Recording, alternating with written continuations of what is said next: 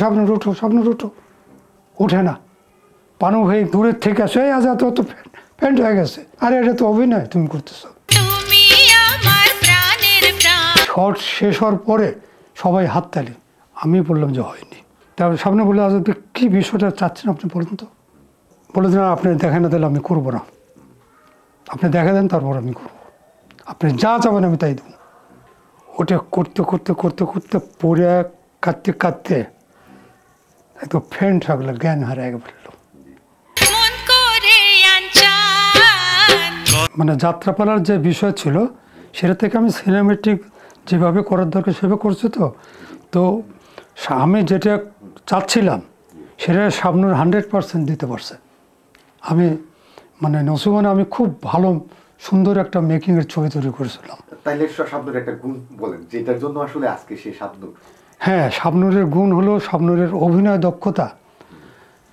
এ যাবৎ পর্যন্ত যত নায়িকা আসছে শাবনূরের অভিনয়ের গুণ সবচাইতে ভালো মানের, শাবানা আর ববিতার পরে।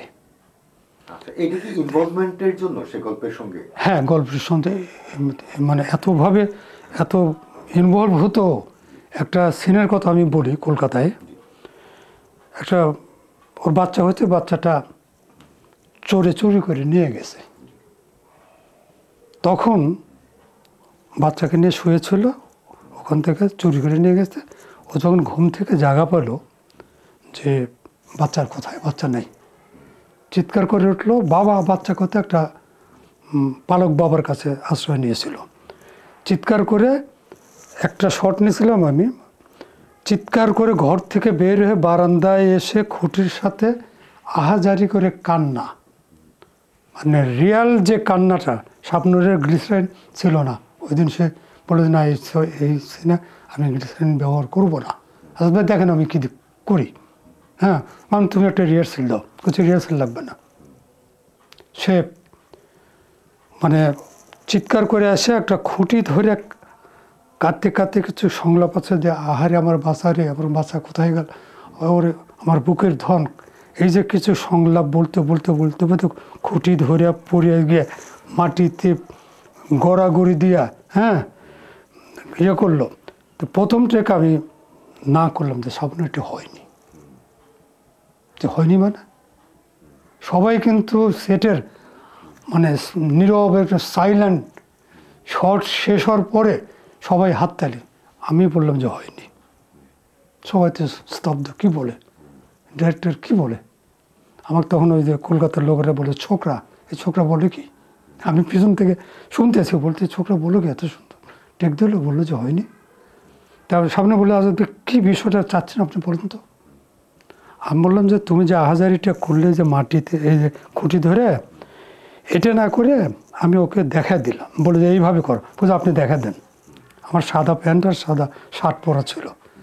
তো যাই হোক ও বলে দিন আপনি দেখা না দিলে আমি করবো না, আপনি দেখা দেন তারপর আমি করবো, আপনি যা চাবেন আমি তাই দেবো। তখন আমি ওইভাবে আহাজারি করে মাটিতে পড়ে এইভাবে করে মানে মাটি মানে গ্রামের মহিলারা যেভাবে আহাজারি করে কান্নাকাটি করে মানে মাটিতে হাতিয়ে করে আহাজারি করে ওটা দেখা দিলাম। বললো যে টেক শাবনূর, এই এসে টেক দিল। দেওয়ার পরে ওই যে আহাজারি দেখা দিয়েছিলাম ওটা করতে করতে করতে করতে পড়ে কাঁদতে কাঁদতে একদম ফ্যান্ট থাকলো, জ্ঞান হারিয়ে ফেললো। জ্ঞান আর উঠে না, স্বপ্ন উঠো ওঠে না। পানু ভাই দূরের থেকে আসে, এই আজ তো ফ্যান্ট হয়ে গেছে। আমি কিন্তু কাঁদতেছি, মানে ওর কান্না দেখে সেটা সবাই কাঁদতেছে। হ্যাঁ, আমারও হুঁশ নাই ওইরকম।